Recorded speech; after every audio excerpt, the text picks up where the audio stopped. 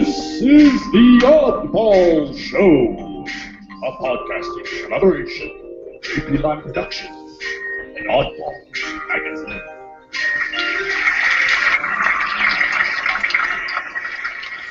Welcome, everyone out there on the interwebs. This is the Oddball Show. Thanks again for joining us. This is the podcasting collaboration from the two entities known as Oddball Magazine and JP Lime Productions. Tonight we have on the program John Pungitore, who we will just, for the time being and for the length of the show, call him Pungy. A friend of the show, an author of Nightmares and Punishment, which first appeared in Oddball Magazine.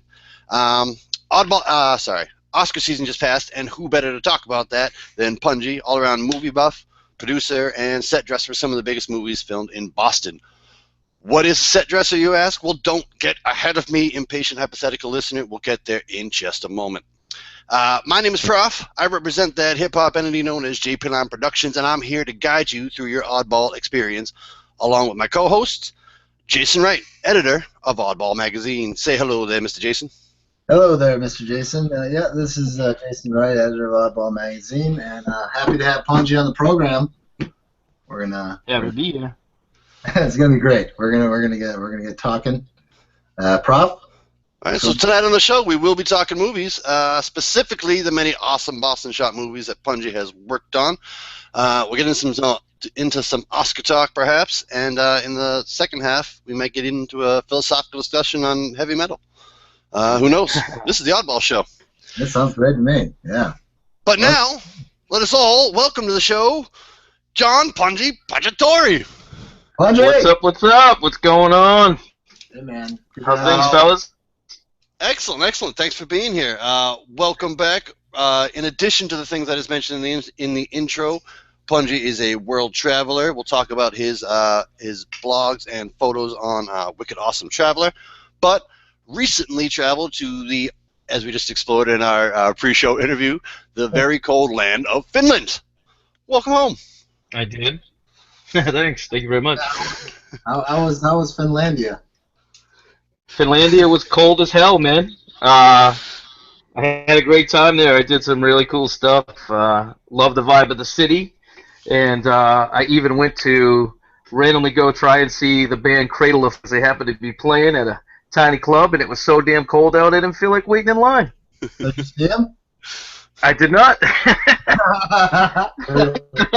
I just want to point this out. So it was too cold to wait in line for this band that you really wanted to see. But as we just mentioned in the pre-show interview, there are, I was going to say public baths, what are they called? Saunas in Finland. And you went outside in just a towel in 10-degree weather. That is correct, sir. When I went to the club, it was nighttime, it was snowing, and it was windy as hell. I can't even explain the cold I felt. And, it is what it is. I do things strangely. One of the other places we want to mention in later on in the show, we want to talk about this is pretty cool, is your recent travels to Slovenia. When was that? How long ago was that? That was 2 or 3 months ago, and it was a great time. I went there for 4 or 5 days with a couple from England, and while I was there, I got invited to speak at a high school in Ljubljana. I believe I'm saying the name of the city correctly, Ljubljana. And I ended up speaking for 3 hours at a school about working on films in the U.S., and they were all really enthusiastic and excited about it, and it was a really cool experience for me. That's pretty awesome. So what was it like? So what was it like teaching? And what did you tell them about the films that you worked on, and show them your IMDb page, or how did it go? Well, it was pretty cool. It was. I originally got asked. I used an IMDb while I was over there, and the owner asked me. I guess they had discussed when I was coming over about me coming to the school before I even knew about it. So when I got there, they asked me to come. So, I did. And I was assuming there was going to be other people there, like people's parents talking about what they do and this and that. I had no idea that I was the only one. And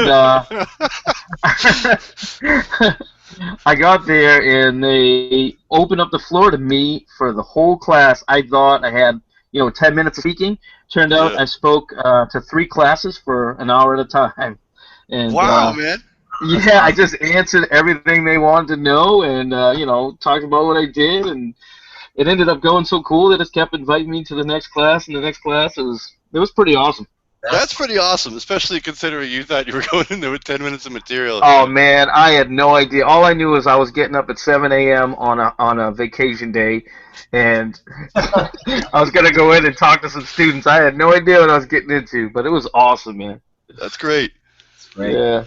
Well, let's jump into that, actually. So you were talking to the kids about your work as a set dresser and your work on movie production, which you've been doing for quite a while now. How long have you been involved in movies? Officially, the first thing I ever did getting into film was in 1999. My buddy Joe, a good friend of mine, was going to BC Film School, and he had me be like a lead role in his film for his class. And that class, the teacher from that class ended up directing a horror film, and I ended up working as a production assistant on it for the whole film. Well, I started out as a production assistant, and I ended up being the second assistant director, and I did about 80 hours a week for a month for free, and that kind of kicked off my career in the film industry after I had just gotten laid off from a .com. Wow, man. Yeah. Yeah. Actually, funny story about .coms. One time I was on the phone with AOL customer service. Prof, did I ever tell you this story?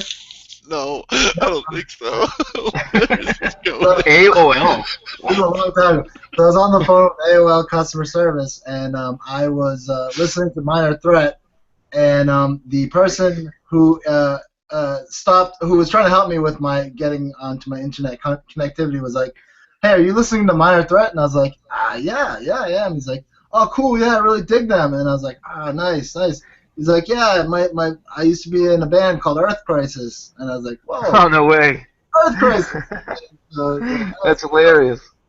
so AOL. So I don't know. AOL.com, is that what you're saying, man? It was AOL. And Wait a minute. The dude from Earth Crisis was working for AOL customer service? back in the day, I don't know. He said I used to. That's crazy, man. Yeah, I don't know if this is good information or not or whatever. But I mean, I was, it was cool. We had a conversation. He heard me listening to my, and then he was like, "Yeah, I used to play in the band Earth Crisis as the bass player." So, I know. That's pretty random. So, startups happen. I mean, AOL.com was a little small thing, and now it's a huge business.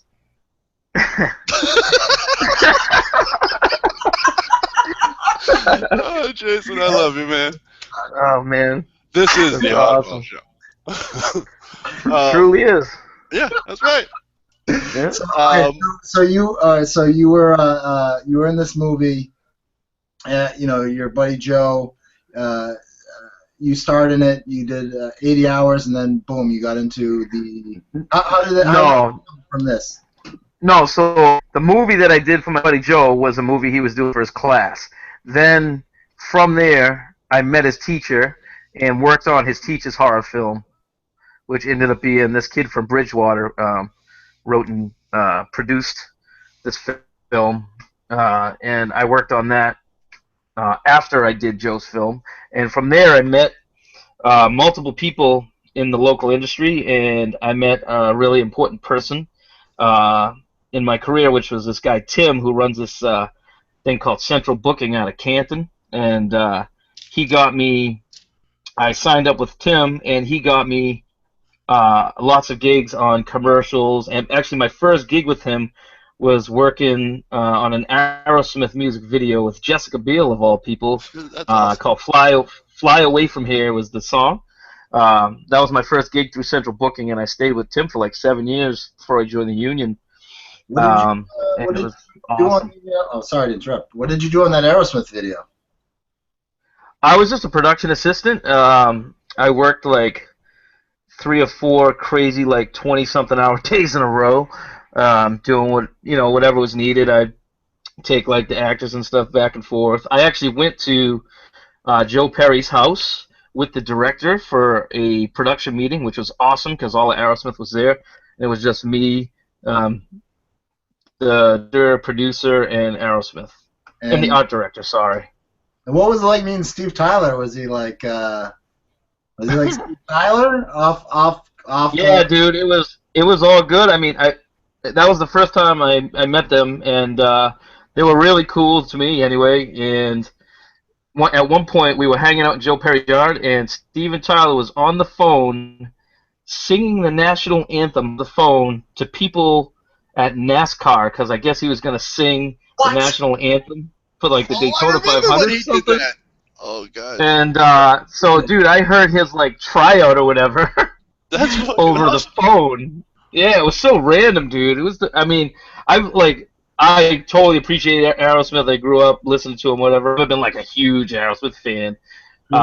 But they're totally cool, and I ended up working with them like maybe 4 times. I did some other stuff with them too. It was really cool. Well, it's pretty awesome too, because I mean they're from Boston, or I think it's Natick or somewhere like that. It's like it's Boston. Yeah, all around here. But it's pretty cool they come back to Boston and shoot their music videos. That's pretty sick. Yeah, at least once in a while. You know what I mean? Yeah. So when you are on the set of a music video or something, and you're doing the production, do you actually see how the video is put together, like the plot of the video, if there is a plot of the video or anything like that? I mean, it depends, like at what point you start working on the project, but I'd tell you can go to school for film. That's all good. It's awesome. But you really start your school and start learning when you're working on the set. I've learned everything by just working on the set, listening, and watching what everybody does, and just being generally friendly and doing what people ask of me. And that's how I worked my way up until I eventually joined IATSE back in 2006, which is the International Union for most crew members in film. And man, you learn so much being there and seeing what's going on. And like I said, depending on when you actually join the show, I mean, you could see from the very beginning what's going on, building stories or whatever. It depends what you're doing, I guess, or what your title is. Yeah. But that is really where you learn everything and where you see everything that's going on. John, let me ask you. I'm sorry. Let me ask you this real quick. So I know you said you were working for a .com. What did you? I don't know. Were you in theater or anything else in high school, or was this just a random career switch for you? You know what's funny is, so I wanted to go to film school. When I was in high school, I went to my guidance counselor. I told him I wanted to work in special effects in film. I always wanted to work in entertainment. First and foremost, I always wanted to be an archaeologist because of Indiana Jones, number one. But yeah, I realized you don't make a ton of money doing that. And it might be an awesome job, but I always wanted to work in film and television, and so I told him I want to go to a school for special effects. And he basically told me, you'd have to go to like LA to do that. Why don't you just go to Massasoit? Kind of didn't really. I mean, the guy was a great guy, but he was not very helpful with that type of stuff. And So I ended up going to UMass Boston for business management, which a producer is basically a business manager. So I got a business management degree, figuring I could do, I could use that for anything. And then with the hopes of getting into the entertainment business, and it wasn't until I got laid off from that .com that I got that opportunity, and that's just how it worked out for me. And I'm glad it did, let me tell you. That's pretty sick. So I mean, the thing I was trying to get to. So you talked about the place Canton Booking or Central Booking in Canton. Central Booking, yeah. Do you feel like it's something that if somebody was hoping to just switch careers, that jumping in as an assistant somewhere on a movie is something they could really do? Let me tell you, it's specifically maybe me. I think I'll do it. I need to do it. I got to tell you, it's definitely not for everybody. And Central Booking, it depends on what's coming to this area to be filmed, or commercials or whatever. Sometimes it's really busy, sometimes it's not. You could go without work for a long time. It's really tough trying to get into this business. At the beginning, you're making no money, sometimes literally no money. You're working for free. I actually had to take a side job at one point for a couple of years. Luckily, they let me work on films when they came up. Yeah. It's really tough to start out. You really have to grind and earn your way in, because and it's just tough. If you're really into it, especially if you're younger, Yeah. central booking central booking is a cool. At least you can talk to Tim and feel him out, and he'll tell you about what's going on in town and how he works. Yeah. And Talk to Tim. there's lots of other ways to do it too. Like there's NewEnglandFilm.com. You can go on there. There's films and all kinds of projects looking for all kinds of crew members and actors and everything all the time. And the only way you're going to get into it is if you get in there and you put in that work and you do all this stuff. And just get your face out there and meet people. And that's really what I did. Is I just worked hard and met a lot of people. And finally, when I actually joined, I pretty much knew everybody in Boston, so it was nice for me because I got work right away when I got in. And that's lucky, because not everybody gets to do that. I mean, I guess that's really more. Well done. But I guess that's really more what I was asking. It's not resume. It's more, like you said, action. You're gonna learn everything by doing. So, it's not getting hired for a crew is not necessarily based on resume. It's more on your willingness to work when work comes. You just grind it in, and then and it paid off. You just gotta be willing to do it. You gotta meet people. Usually, when you start off, like I said, you'll be doing stuff you're not getting paid. Yeah. You might be promised like money after they sell the film, or just credit or food, and that's all you'll get.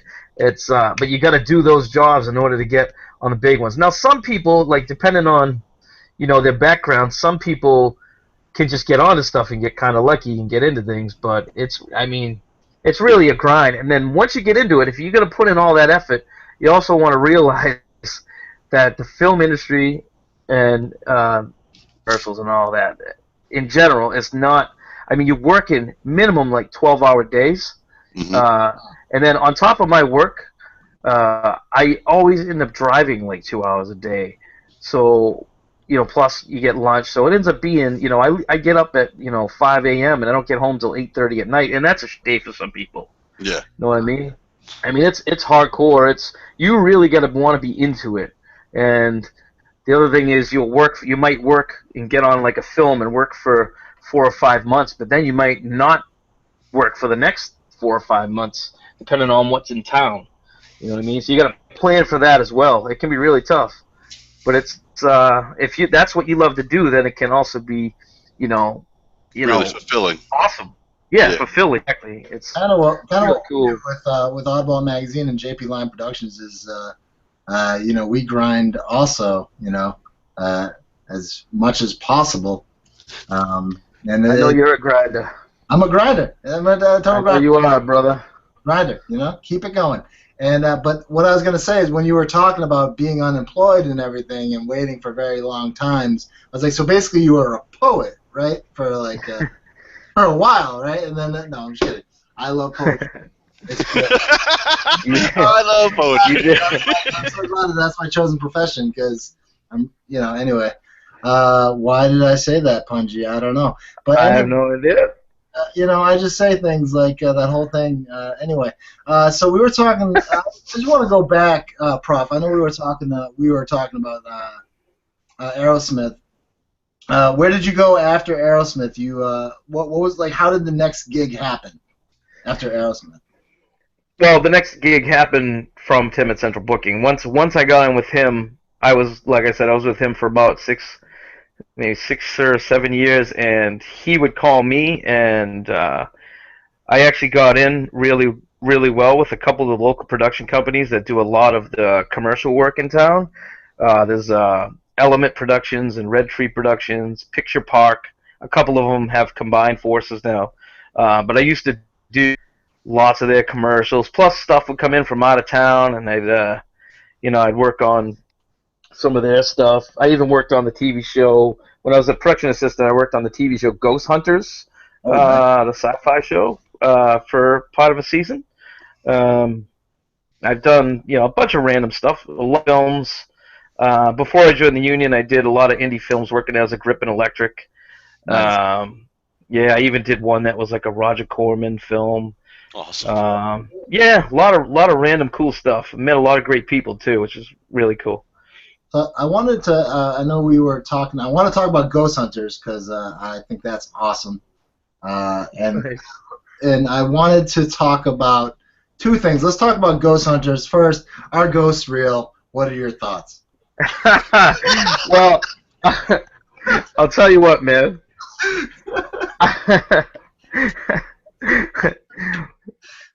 I'll tell you what. I've now worked on Ghost Hunters and Ghostbusters, which is awesome. First of all, but anyway, going back. Yeah, that's quite the checklist there. That's pretty sick. It's pretty awesome. But I went in. I want to believe there's ghosts, man, because I want to believe there's like an afterlife and all that stuff. But so I always go into stuff skeptical as all hell, because even if stuff is real, I still believe there's a lot of fakers out there. But I keep an open mind, man, and so like while on Ghost Hunters, you don't generally, you're not gonna see. You just like me personally, I'm just working, doing whatever, working as a production assistant, helping out the producer. You don't generally see stuff, but I gotta tell you, man, I had one experience on that show where we were out in Western Massachusetts at this. It was actually called like Mount Washington or something like that, but not the Mount Washington that you would think Mount Washington. This is in Western Massachusetts. And we were out, and I had to get ice, which was down in the basement of this place that we were filming at.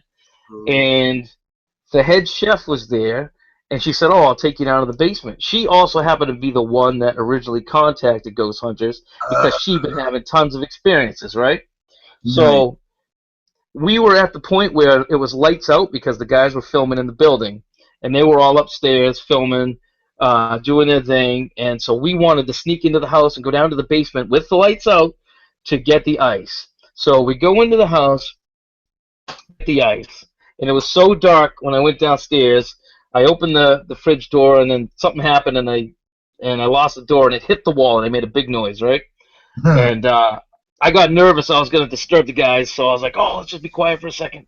Just stay real still, don't make any noise. And while I said that, all of a sudden we hear footsteps right up above us, like bam, bam, bam, bam, bam, like coming right to the door. And I'm like, oh, damn, they heard us, right? So we go upstairs to look. There's absolutely nobody near us at all. They're on the other side of the building, which is a huge building. Nobody near us at all the lights out. And the lady absolutely freaks out. She's like, this is what happens to me all the time. Now you've experienced it too. Loses her mind. It was pretty awesome. Kind of like, that was kind of freaky. And we bailed out of the house. And, that happened. You know what's pretty awesome about that is one, it's awesome that you experienced paranormal and they walked right above your head. Or just imagine this little lady putting on these heavy ass boots and like running right across your head and then disappearing as fast as she possibly can. Be like, you guys saw it, right? You guys saw the ghost. Messing with me hard. Either way, I bailed out of that house. Let me tell you. That's pretty awesome. Oh man, that was a fun night, man. So did you work on Ghost Hunters for multiple hauntings or just I did. So I wasn't on it long. I did it season 3, which is right before they did their first trip overseas, and so I worked on it up until they went overseas, and that was right before they actually created that show, Ghost Hunters International. So I worked on it for a little bit. My boy Mike Peebles was the head sound dude on the show, and he's the one who originally called me to work on it. I in the short time that I was there, the cast and the crew ended up being like some of my favorite people to work with and hang with. They were like so cool. I like miss them to this day. We didn't even work together that long, and I feel like I knew him forever, except for my buddy Mike, because we were even all like into the same music and movies and everything. which Mike told me when he called me the first time. But man, those guys are really cool, and I like to. We're friends on Facebook and all that, and I like to talk to them once in a while because I really miss it. Nice. Do you see, and you end up seeing a lot of the same people in the Boston like film work circles? Oh yeah. It's all the same. There's always new people obviously coming in. There's always new people coming in. There's always people going out. But the core crew around here is usually the same for the most part all the time. And once you get on with the crew, like if you're working for a certain boss, if they like you and you work hard, normally he's going to hire you for his next job. That's how I get a lot of my work, is I work for the same bosses all the time. Awesome. Yeah, so it's it could be it could work awesome for some people, and it could be terrible for other people, depending on your situation. But yeah, I guess that's true. yeah.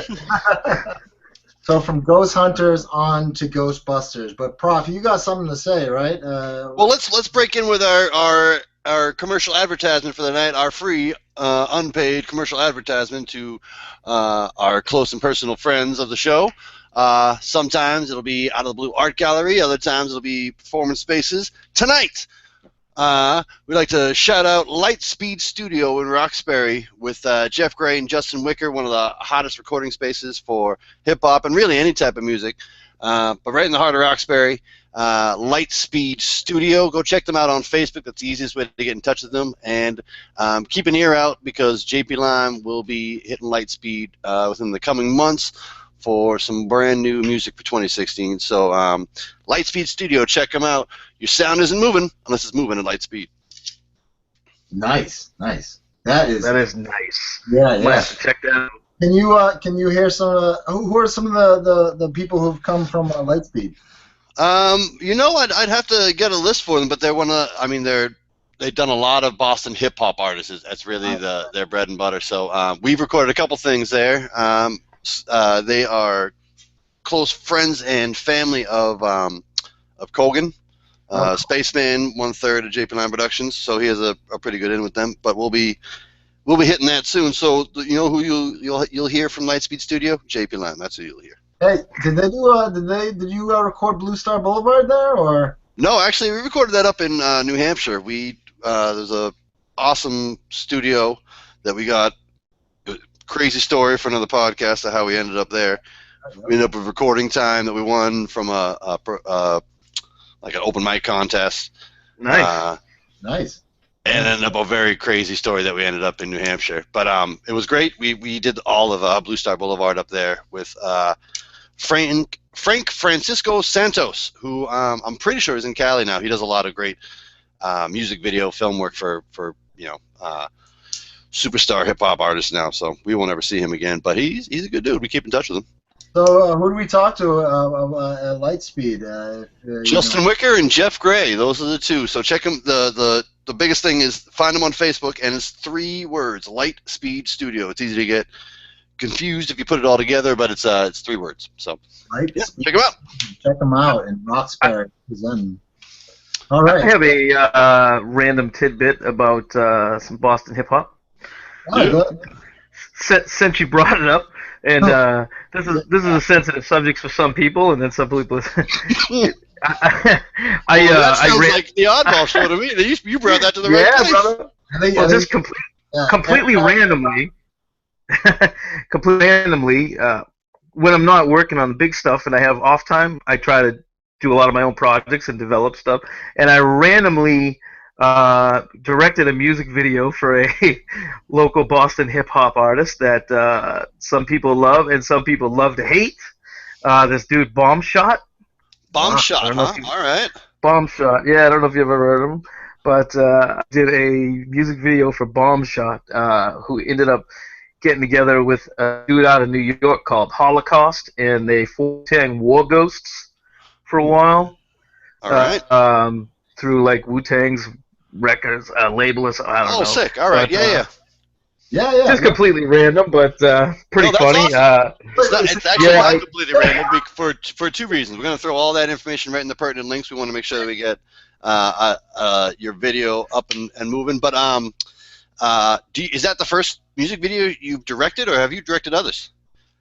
I did. I did one other music video a long time ago for a local friend's band. Actually, the Bomb Shot video was like probably, I'm gonna say, maybe 7 years ago now too. It was a while ago. Yeah. But since you brought it up, I figured I'd mention it. And then I did one other for a local town friend's band here.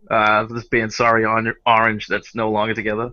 But the Bomb Shot is like seems to be a sensitive subject for the Boston hip hop scene, or I don't know if it is anymore, but it was at the time. He has a lot of haters, and then, like I said, he has a lot of haters, and then some people that like him. But I didn't know much about him or care about it. I just had a good time directing a video, and that was That's right. Professor has a lot of haters. I hate Professor, and I air it out on Oddball. Hate. Hey, I gotta do it.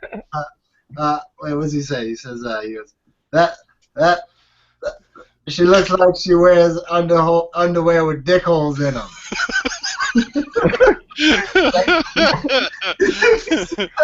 He's talking about Rosie O'Donnell. Oh, there you go. Thank you. No, I was just that was from Chappelle. Yeah. So. Yep, that's the player haters ball. One of the best. Next person says anything is getting shot. Believe that. I hate y'all. I want to thank God for giving me nothing and everybody everything and me so little. All right, anyway, sorry, I don't know. I do Chappelle Show impressions. Let's get back on topic. We were talking. No, that was beautiful, man. We talked about Chappelle Show a little bit this week because we'll get back to this in a minute when we talk about what's going on in JP Line. But we were talking about at a rap flashback shoot. We were talking about Dead Prez, and they do the opening to the Chappelle Show. Have you ever seen the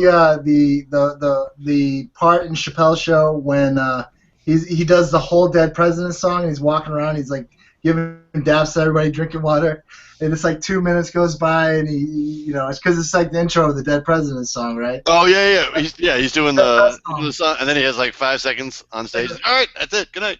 You want me to talk about this? Good night. Anyway. But that song is dope because he also talks about it. He must like it a lot because he uses it as the opening when he walks on stage at the Chappelle Show, or used when I was running. But he also I love Block Party. That was one of my favorite movies with Chappelle. I just saw that, dude. Oh, dude, it's so good. I saw it in the theater, and I saw that like a week ago. Oh, it's so good. It's some of the for me as a hip hop fan, it's some of my a conglomeration of some of my favorite artists, and it's cool. You got the Fugees back together to play that show. Yeah, you got the Fugees back together. That shit's crazy. One thing about Chappelle that I liked was not just the fact that the comedy was amazing, was the music that he played on that show. And it was no joke. He brought, he was one of the artists that broke Kanye. Like that was one of Kanye's first big national performances was on the Chappelle Show when he was. Yeah. And Village, Busta. I have another random tidbit. Don't tell me you worked on the Chappelle Show. I'll kill you. That's awesome. I did not work on the Chappelle Show, but I did see Dave Chappelle at the Cape Cod Melody Tent or something like that. Yeah. I don't know what the hell it was called. But I had first row for Chappelle Show for Dave Chappelle himself, and brought my DVD of Half Baked, and he started talking about Half Baked during the show, so I just held it. I held it up because he was mentioning it, and then he said he wished he had like a copy of it there or something. I just happened to bring it with me. I held it up, and he looks over. He's like, "Somebody brought the DVD." He comes over.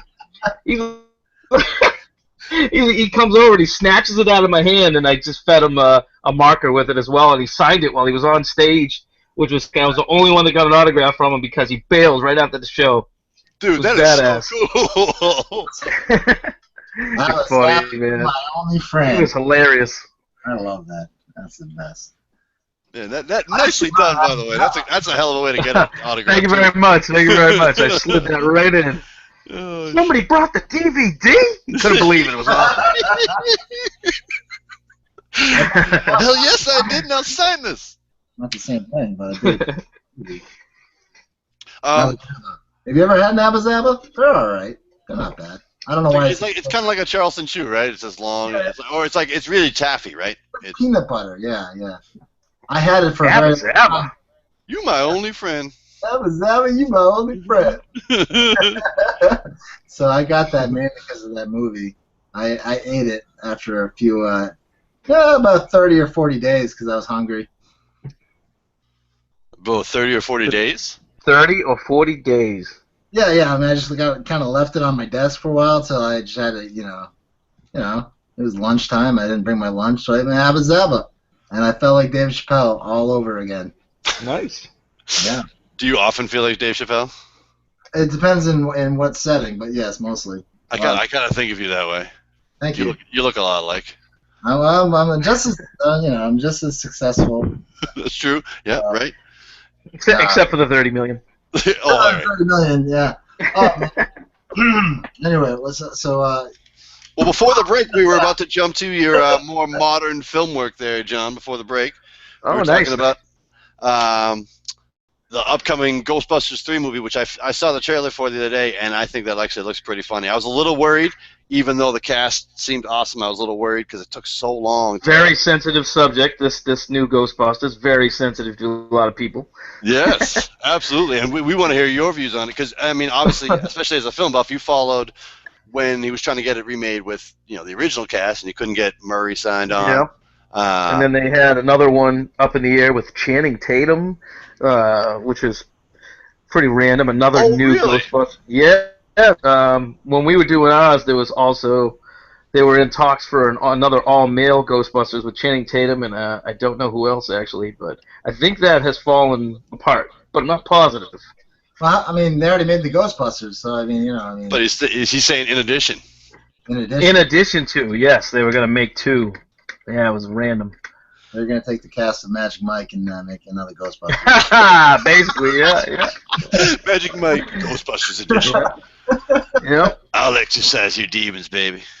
These are the call pole dancers. He slimed me.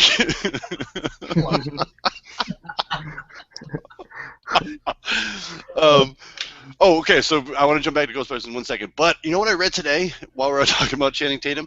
They're going to do a crossover of 23 Jump Street and Men in Black. Yes, dude, I saw that. All I saw was the headline, and I read a little blurb about it. This is like a couple hours ago. I saw this. Did you have any idea what that looks like or means? Like, what is that? What the hell? I don't even know. All I'm assuming is Channing Tatum and the shorter, wider dude are going to Jonah Hill. Thank you very much. Are going to meet up with Will Smith and Tommy Lee Jones. And then I'm pretty sure they're not attached. Alien busting? No, there's going to be two new agents. It's going to be a whole new Men in Black. But it's crazy, right? That's such a weird crossover. It's pretty random. I don't know how the hell they came up with that. I got to be honest. I like those first two, those 21 and 22 Jump Streets. They were pretty funny. Yeah, they were. I have not seen 22. 21 was pretty good. Yeah, I mean it's pretty much the same thing. I was surprised. I was surprised about it. I didn't hate it. I thought I might, and I was surprised with the cameos and whatnot. Yeah. I appreciate Jonah Hill movie. I like Jonah Hill. I think he does a lot of good movies. So, Yeah. I like Jonah Hill, man. Man, come on the show, bro. We like you, Jonah Hill. Yeah. Jonah and the Whale. Jonah Hill. Superbad was his best Jonah film. and the Whale. Then, I think. All right, but let's jump back to this Ghostbusters 3 because I am pretty excited about it. Right.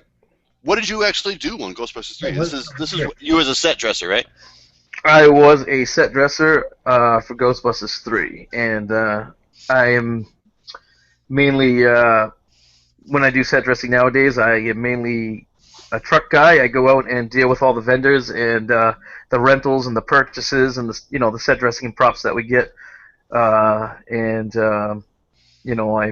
go get them all, bring them to set. We put the sets together, and then at the end, we either return them or ship them out to LA, depending on what needs to be done.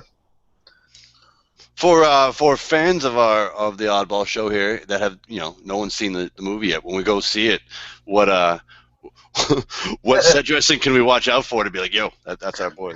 That's Sponge's work. Well, all the sets are pretty badass. It's all random stuff. Like I said, I'm mainly out. I'm out on the road a lot.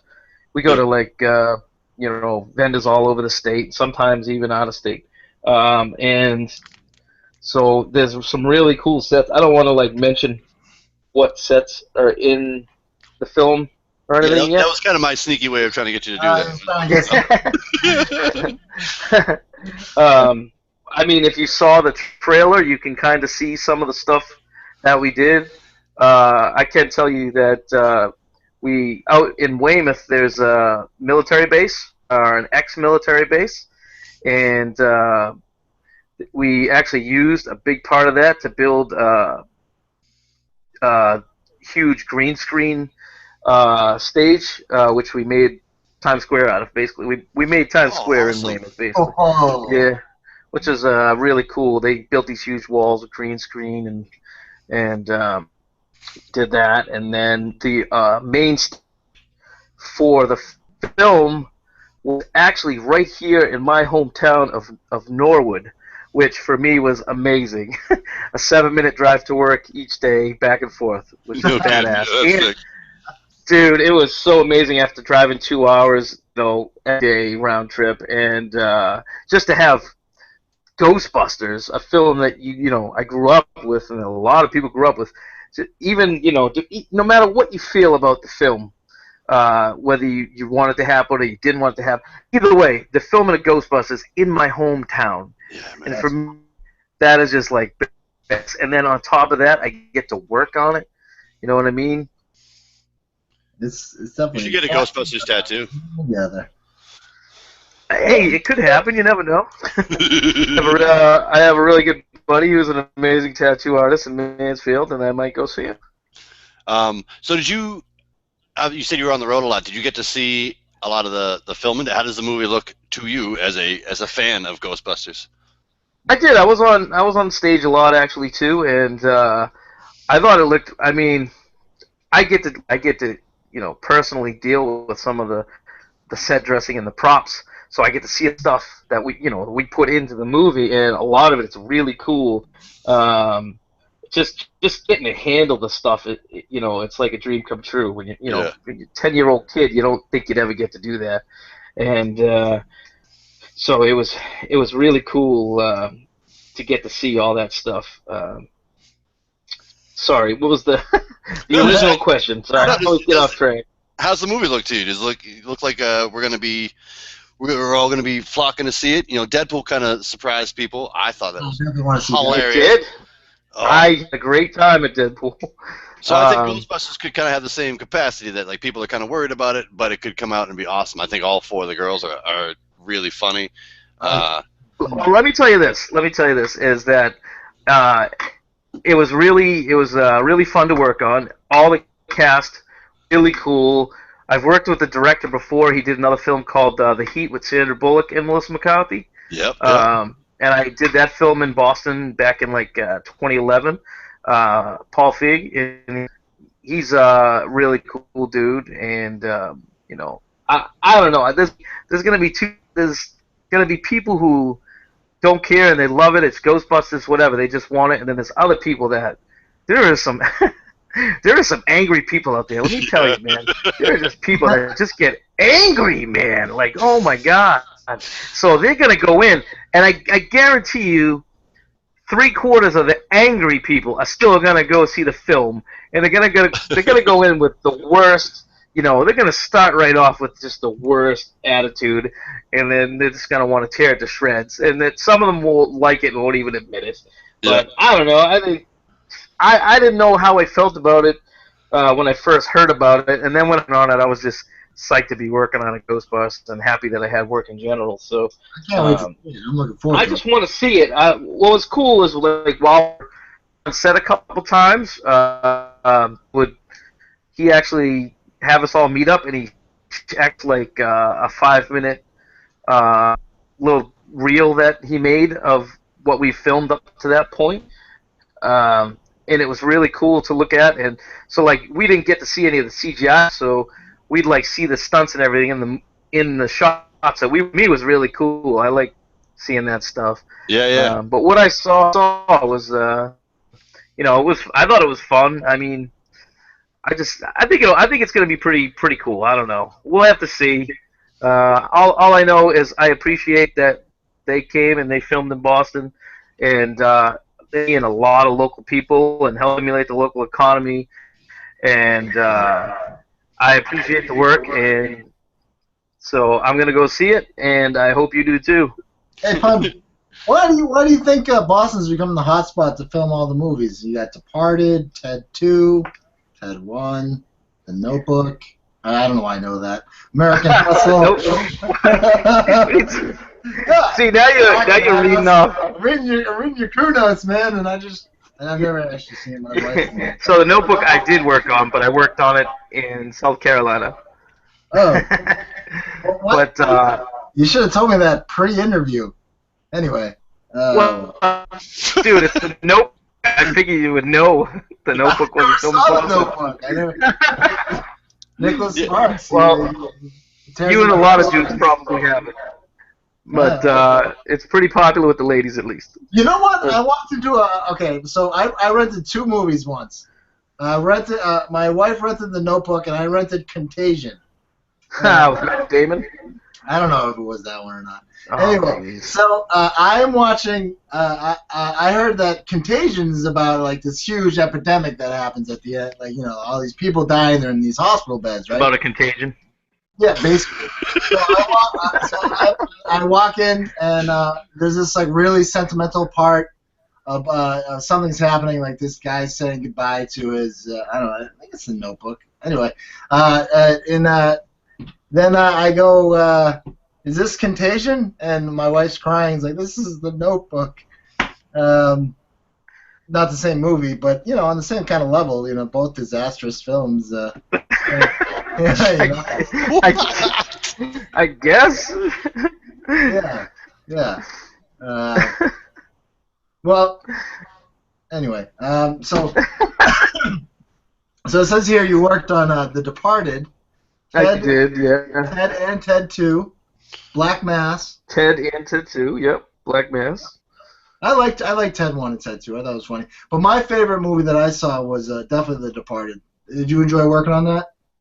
I did. I was actually working still as a production assistant at the time, and my friend Kerry was like the main local production assistant. They had a lot of PAs from New York on it, but she got me on it, and I had a really cool time. I even got to stand with Martin Scorsese at one point to tell him what the assistant director was thinking, and yeah, that was pretty cool for me. And I met a lot of cool people. I met Leo on there. I met some crew members that I now see all the time on there, and it was fun, man. I did some cool. I didn't work like the whole film, but I did a good amount of it, and I saw a lot of cool scenes. I was there to see a lot of stuff personally, which was fun. Nice. And if you're looking at Google Hangouts, you see your badass Black Mass crew picture. Hey, so, yeah. The Black Mass crew picture, was that like that? Everyone had to do that, and it was like. Some people did it. But I just was lucky enough to get mine. I was pretty excited. I love getting crew badges because I kind of. I actually made a frame that I have hanging on my wall now of like 10 or 12 badges from back in the day, and now I'm collecting enough so I can make another thing to hang on my wall. But this is definitely my funnest crew badge, and I didn't know until the rap party, but they had taken my crew badge and turned it into which they hung in the FBI office in Black Mass. That's awesome. Yep. And then they mailed me 8 by 11.5 whatever version of the poster to my house, and I have it hanging in my poker room. That's great, man. Yeah. All right, nice. Well, listen, we're kind of running down on our hour here at the Oddball Show. This is Jason, an hour. Yeah. I We did can not know talk that. Sorry forever. about I that. mean, this guy's good. Oh, that's great. Yeah, that's we wanted. And we will. We haven't even talked about well, another day we can do another podcast. I think you should get back on the show again, definitely. Yeah, we'd be I would glad to have love you back. Whenever I've we been talk having a like great movies time. or something or music, bring Punji on. Huh?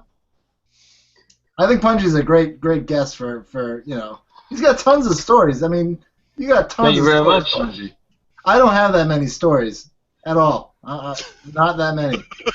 Not that many interesting ones anyway. Well, Wow, that hour went by quick, man. Well, actually, speaking of your stories there, Jason, you want to give us a quick dose of your jagged thought for the week? Oh, good segue, Prop. Right? Yeah, I did that. That was pretty sick, right? Why Nice. don't you talk a little bit about JP Lime, and I will go and I'll go to my poem just a little bit. Lend me my jagged thought. I have to pull it up, so go ahead. All right, let's go into what's going on this week at Oddball Magazine and JP Lime Productions. All right, so at JP Lime this week, we are going to, last Saturday, we filmed our March segment of the Rap Flashback, your monthly dose of hip-hop history. So that'll be coming out this week. And for those that don't know, March is Women's History Month, with today, it's the 8th, right? Yeah, being International Women's Day.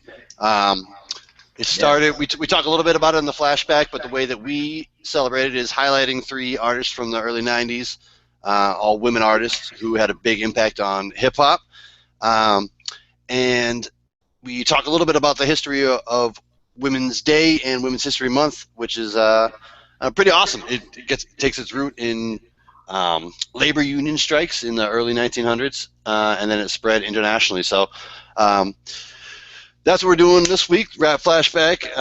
And last week we talked a little bit about, well, not a little bit, a lot, about Trump and his domination of the primary season and what it'll mean for the coming election in November. So check that out at jp9productions.com. We'll also be having several editions of our written Rap Flashback coming up over the next couple of weeks. We're kind of adding to the video with some of our written segments. So check that out. jp9productions.com, your home for all things Lime, including our music, our weekly blog, and the Oddball Show right now is playing live at jp9productions.com. So check it out. And it's live at Oddball too, tomorrow. Anyway, Hey, could I also mention go ahead, that Punch. today is also National Pancake Day? Woohoo! I love them Yeah. both. Love them both. I just wanted to let you know that. Love pancakes. Pancakes are good. All right. Anyway, so this week at you were talking about Prof about Twisted JP about Super Tuesday Super Trump, which is what you were talking about. We actually have that at Oddball Magazine every Friday. We have the Twisted JP line, and we have the Super Tuesday Super Trump, which is in depth and amazing. Reading about this is the whole Trump thing is just crazy. You can check that out at JP Line Productions, but also if you want to check it out at Oddball Magazine, we'd appreciate it too, at a Twisted JP Line. So I'll just talk about, Monday we had a comic strip. We have our guy from Detroit is named Bill Harvey, and he comes through with one-liner comic strips every month. Every week. And then today we had this interesting poem by Rick Christensen and artwork by J4, which was some interesting artwork if you want to check that out. And today's my jagged thought of the day, which was 115 jagged thought of the day. And it was called Writing a Novel in 10 Lines, and that's kind of fitting. And this is it. So this is all at oddballmagazine.com, your source for poetry and all the good stuff that you can find at oddballmagazine.com. So this is Jagged Thought 115, Writing a Novel in 10 Lines. Here it goes. The man had a bat. He played baseball. Character development. The man had a wife. She was beautiful. Backstory. The wife loved alcohol and took Tegretol. Character conflict. The man had a drink and drove home. Rising action. The wife had a lover. His name was Paul. rising conflict. Man had a bat. He used it on Paul.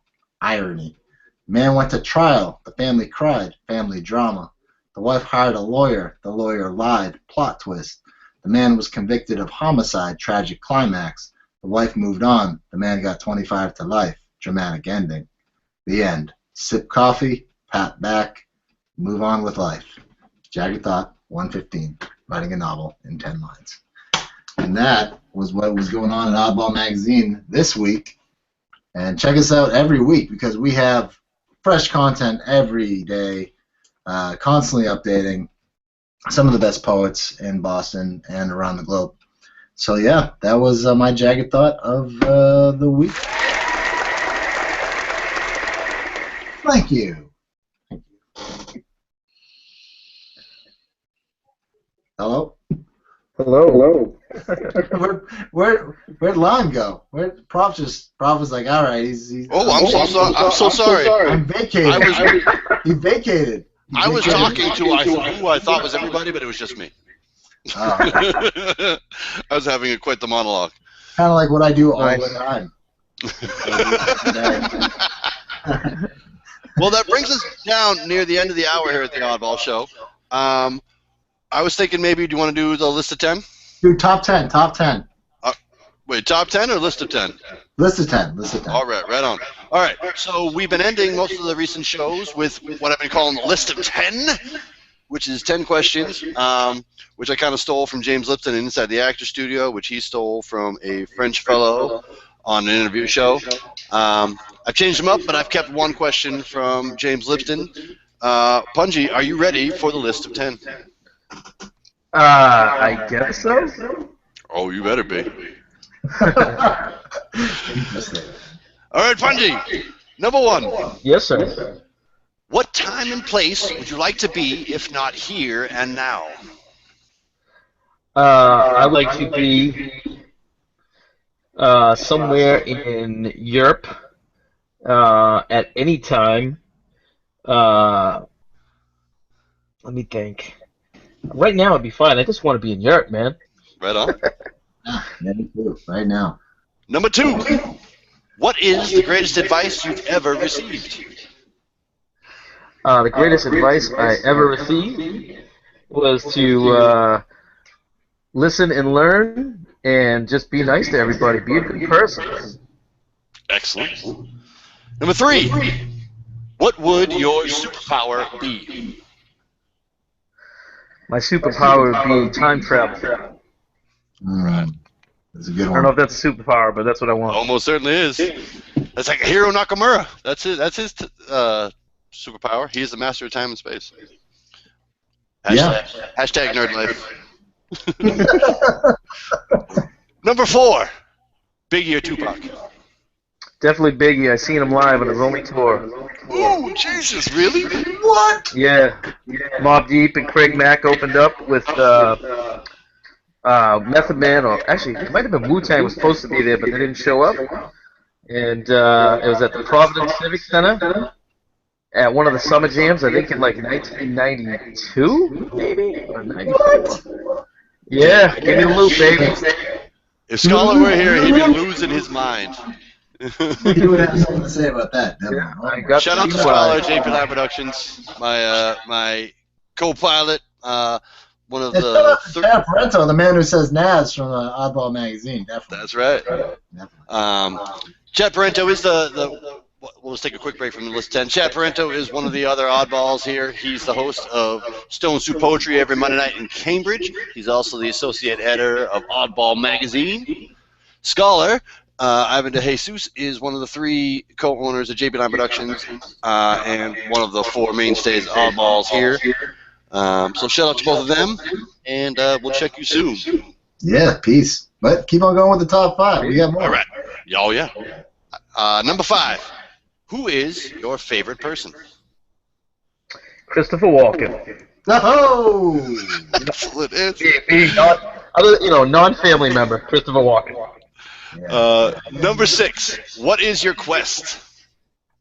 My quest is to enjoy my life as much as possible and see as much of the world as I can. Right on. Nice. You're doing good so far, Punji, on the quest.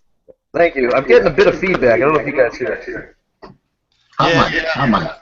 I've heard that the last couple minutes. We'll check that out after the cast. With the top 10.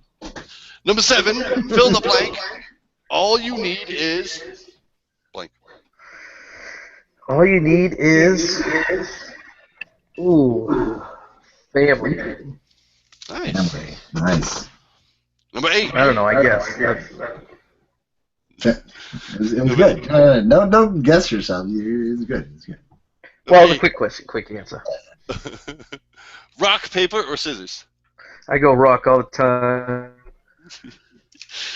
All right. Number 9. What do you want to be when you grow up?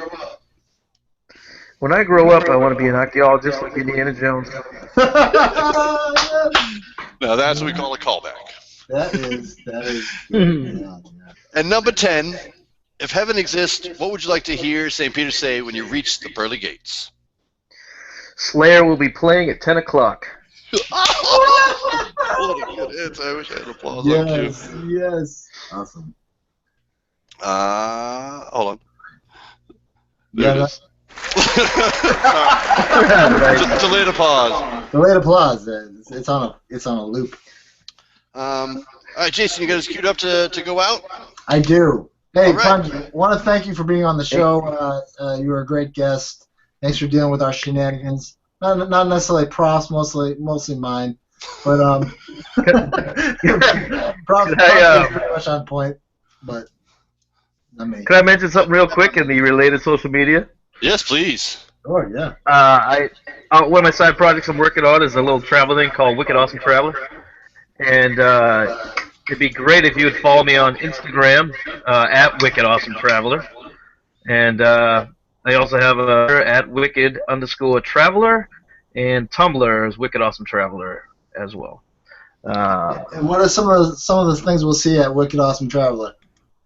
Right now, mainly I just do a lot of photos and stuff from travels that I do, and once in a while, not often, but I'll write little blogs. I kind of do like little mini blogs on each photo. Yeah. But in the future, I'm hoping for it to be more. Right now, build up, a base of followers, and hopefully eventually pitch a project that will already be well established. So, I like to do a lot of side stuff, and this is one of them. We're going to make it happen.